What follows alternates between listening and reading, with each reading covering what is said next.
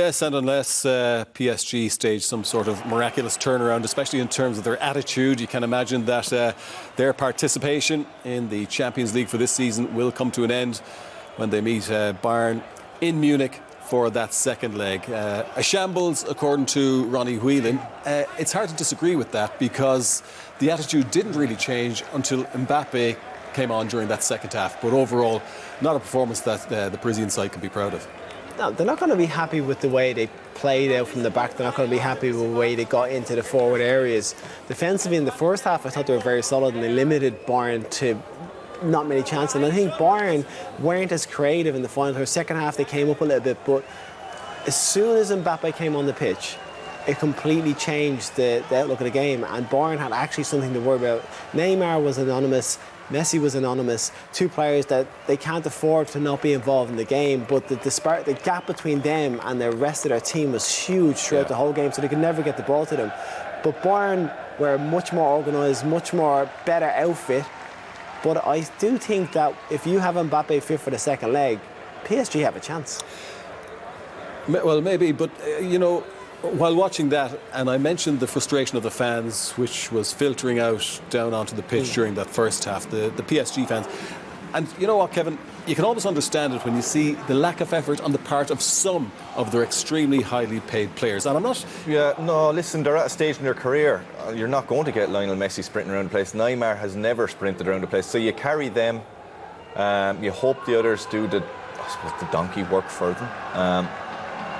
And they've invested an awful lot of money in Mbappe, and you see that when he's carrying an injury, but when he comes on for that last 20 minutes, different game. They're the better team for the last 20 minutes. They should have come out of it with a draw. You know, as poor as they were, I suppose as disciplined as they tried to be, as defensive as they tried to be to get it to the next leg at 0-0, they had to make a substitute to bringing him on before they went 1-0 down, Mbappe. But the minute he came on, it was PSG finished a stronger side the last 20 minutes. As they should do. They're at home. They're a top team in the Champions League. They should be dominating at home games, but they're playing a very good Bayern Munich team. And for that last 20 minutes, they created enough to get something out of the game. I don't think it was a complete disaster. I don't think they were as bad, maybe as.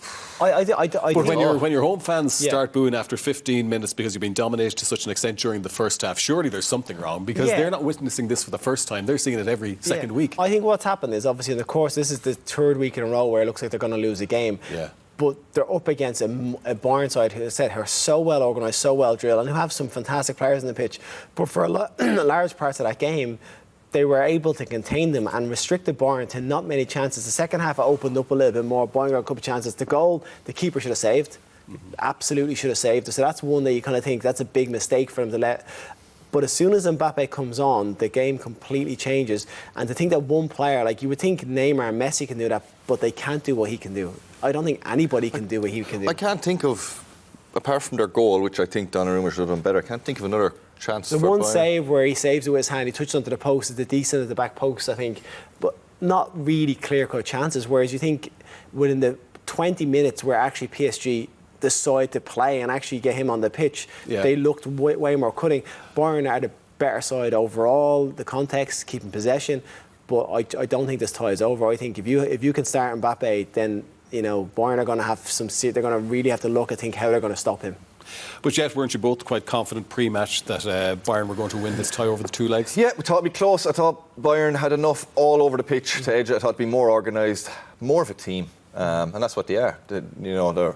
They've no real world superstars. Listen, they're away from home against. Listen, we're talking about PSG as if they're poor. They're not. They're top of the French league. They're in the Champions League last 16. They got to the final 2 years ago. They're not a bad team. You just expect them at home with those players to have more possession, to have more chances in that first half, that first 60, 70 minutes. But then they did show what they could do. When they opened up, when they pressed, they actually went and pressed high up the pitch. Sommer, a couple of times getting caught trying to play it out because he could do that in the first half, he could do that for start of the second half. And then the minute they pressed, like, geez, what's happening here? And they won the ball high up the pitch and they created 3-4 really good opportunities. One goal disallowed for, we're talking about a disastrous performance from PSG. Well, it was a hairline of a kneecap from being a 1-1 draw and getting Mbappe back fully fit for the second leg and having a great chance of going through. OK, so it's advanced advantage, Bayern, after the first leg in Paris tonight. Well, PSG were hoping to protect that impressive run of 40 matches unbeaten at Parc des Princes this evening, while Bayern had similar aims, looking to extend their impressive run of 19 matches unbeaten in all competitions. And it is the German side's run that remains intact.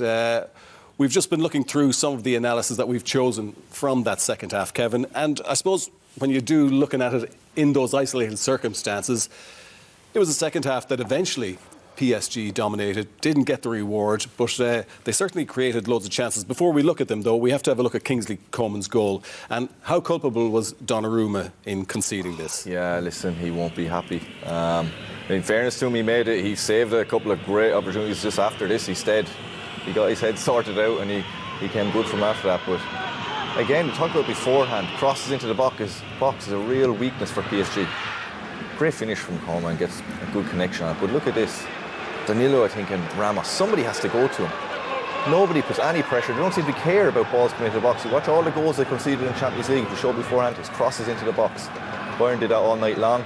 Didn't get on the end of too many, but they got on into this one. And one man with a great finish, but instead Donnarumma might have done better. What they also do as well is they get players in the box, but as Musiala comes into the box and he occupies then the line of sight for Mendes, who gets drawn in towards him, which then leaves Coman free in behind him. So, you want your midfielders tracking those runners. So as a fullback, then you could take your winger, but because he comes into the picture, Musiala, Mendes has to come across, sees him, loses the man behind him who comes in and has a free shot, and he just makes sure he gets a decent contact. He doesn't do anything extravagant.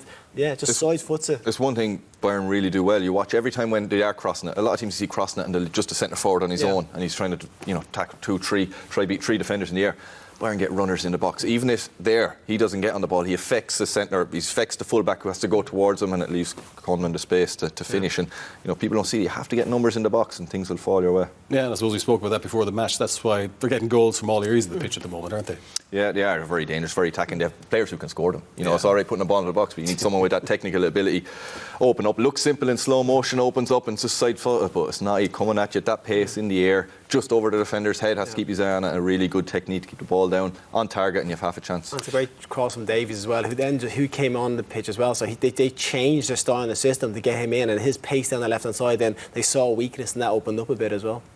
Okay, I get the impression from both of you that you have a certain amount of sympathy going towards PSG, that they didn't get something out of the game this evening. But let's have a look at the 2 disallowed goals for starters. No question about the first one, but there was a good chance for Mbappe in the lead up to it being disallowed.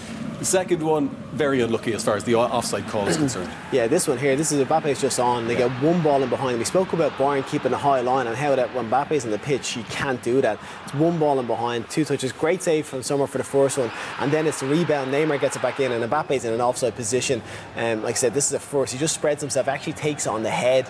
Neymar reacts quickly, gets his left foot onto it, but Mbappe is in an offside position, is running across the keeper as well, finishes off neatly, but was never going to stand. This is the one that's a bit more contentious. They get the lines out, it is offside, but Mendes, he's going to win that foot race. He gets there, puts it in. Mbappe's made it sensational. Look where he starts his position here. He's so far behind the lick, but he's determined to get in the box, and there's no signs of anything wrong with that hamstring there. So, this is fine margins. You're talking about minuscule to be offside, and Mbappe thought he scored the equalising goal there. PSG be disappointed, but it took for him to come on, for them to show any sign of determination to get him behind, to drive forward and then get them up the pitch. But that's what they can do. It was instant as well, wasn't it? It was literally the minute he came on, straight away he was in behind. Bayern took him, they didn't adjust for the last 20 minutes. We were saying beforehand they was able to push a high line because they didn't have that pace, and you thought, he's come on now, they'll drop, and they couldn't. They didn't change and they left him to it, and time after time they were getting him behind on that side. Not just him, the fullback that they changed, they took Cancelo off. They took Cancelo off in the end, they brought on Mendes was on. Mendes made a big difference. Yeah. We had a brief discussion during the break about these really, really fine offside decisions that are being called by VAR, and it's fair enough, it's the correct decision. But surely, for the benefit of the game, the advantage should be with the attacker. Should it? Or should it be, Stephen? I think what it is even as a defender, and I wouldn't want someone to get one against me, you do feel that it's, like I said, in that instant there, he's not in an advantage. He's still going to get to that ball ahead of that player because his pace is quicker than the player there. So that extra millimetre he has is not going to change the outcome of where he's going to get there and cross it. So, yeah, those fine margins, it's bringing it back and chalking things off because of nothing, basically. You feel like that. Is it ruining the game? Is it stopping the process of it? it's great that VAR's there and for really clear-cut decisions, but stuff like that, you kind of feel like, is it that necessary? Yeah. Would it be more sensible, Kevin, or possibly better for the game if they returned to the old daylight rule, or would that be too difficult to define? Yeah, you're always going to have, listen, they say I can have an advantage or give the striker advantage, and I'd love that as a striker, of course. I want to see goals. You want to see that. You want to see a goal there and opens up the game again. But where do you stop it? Where do you draw the line? Is 2 centimetres okay, 3 centimetres okay, or where do you say, well, that's too much now, and then you argue over, well, that wasn't as much as that. Like, it's, I can see why they just do it and they just give no grey area. Yeah. Literally, if he's off a millimetre, he's off a millimetre. It's probably the best of a bad situation. Yeah. So you don't foresee any change? Because he said there have been discussions. People always want goals, don't they? They always want they hate seeing goals for minuscule things being disallowed. I'd imagine if they could come up with some fair way of doing it, they would. I just don't know how you adjust it or what you do to make it fair. I don't know how they take it away. I think, what they're doing now is, as much as you look at it, thinking it's ridiculous that that's a fine margin. But like I said, what is it? Is it 5 centimetres, 6 centimetres? And how do you measure that? How do you get that out? It has to be if the player is in an offside position. And even if it's something as small as like a fingernail across it, that's what it is. And it seems ludicrous that that's where we're at now. But that's what technology can bring to the game. And it's, to take that out is going to be very difficult, I think. Yeah, well, I think Mbappe will certainly consider himself a little unlucky, and so too will PSG. But it didn't count, and the correct decision was made by VAR. Let's have a look at the PSG chances, the further PSG chances that came during that second half. But it was still too little, too late, Kevin. Yeah, listen, you might have expected them to take one of them. Everything came down this side of the pitch. They did look like, obviously Mbappe's come on that side of the pitch. They're going to come down that side. Great skill, driving at people, taking people on. He has the pace. At the end of the day, as much skill as you have the pace to do it. It's the big advantage. Fabulous skill. This is the one. You think this is the goal. Great connection from Messi. He's a Pavard. It hits. That it doesn't hit him. It goes in, or it hits him and deflects and goes in. A little bit of luck didn't go their way. Again, pressing out the pitch. Look at the numbers and pressing. You didn't see that at all until the last 10 or 15 minutes. Create chances, caused a bit of carnage.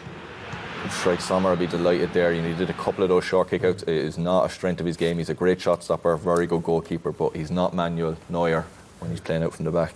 No, as far as Bayern were concerned, I mean, they were denied a couple of times. Donnarumma, I suppose, made amends for the mistake on the goal, because they could have increased their tally. Yeah, they could have. And the second half, they created more chances. But again, PSG had to try and get after them and win the game, so they came in a little bit more open. They were less likely to keep 2 banks of 4 blocking them in. But what they did is they got forward area into those wide areas, and they put better balls in box. Coleman in the second half, I thought, was excellent.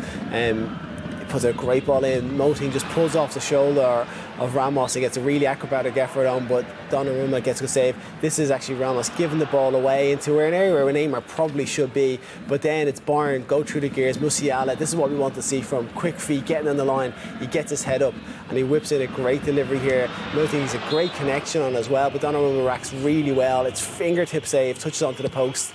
And this is a header then. I think it's the Ligt gets a decent header. Donnarumma racks really well, 2 hands, and then he's offside for the rebound. So, making amends for what was a really poor error from a goalkeeper of his standards, which is they're the saves he can make. He'd be absolutely devastated that he's let that one in. That's so slight, not that much power on it under his body as well, and they've lost that game. But I think Bayern will learn from it that they can't be as open at the back when Mbappe's on the pitch, and they're going to have to adjust to that somewhat. But PSG will also feel like if we can get them on the pitch from the start of the game, we give ourselves a chance. You're both giving PSG a chance in the second leg, but obviously Bayern will set up slightly differently to counteract the threat Mbappe posed, because he certainly proved how dangerous he can be during that second half. Listen, when he you came can set up all you want, and you see teams doing all the World Cup you're setting up, but there's only so much he can do, and someone has his all-round ability. You're not just relying to sit deep with his pace, because he can dribble by you, he can do what he wants. I'd imagine Bayern will have enough to go through at home, and they're strong enough all over the pitch, but at 1-0 down, PSG, they have some players that can win any game of football, over 90 minutes. Yes, you wouldn't totally write him off at all at 1-0, but I'd be favouring Bayern. Yeah, I'll be fair with Bayern. I did expect Bayern though to we showed PSG's defensive frailties before the game, and I expected Bayern to probably cut them apart a little bit more and have a bit more creativity in that final third, which they didn't really show today. But I think if you start Mbappe and you have Neymar and Messi on the pitch, if they're worried about him going long, then that creates a space for Messi and Neymar to actually get on the ball in those pockets. Whereas the game was condensed and the defenders were able to just get in their faces straight away, press them, tackle them. They didn't even get a chance to turn. They were nullified instantly as soon as the ball came into them. But having that worry of someone going this way makes you want to go back and leave a little bit of space, and that's where those players can operate and changes things. Yeah, so it may not be all over just yet, but it certainly is advantage Bayern.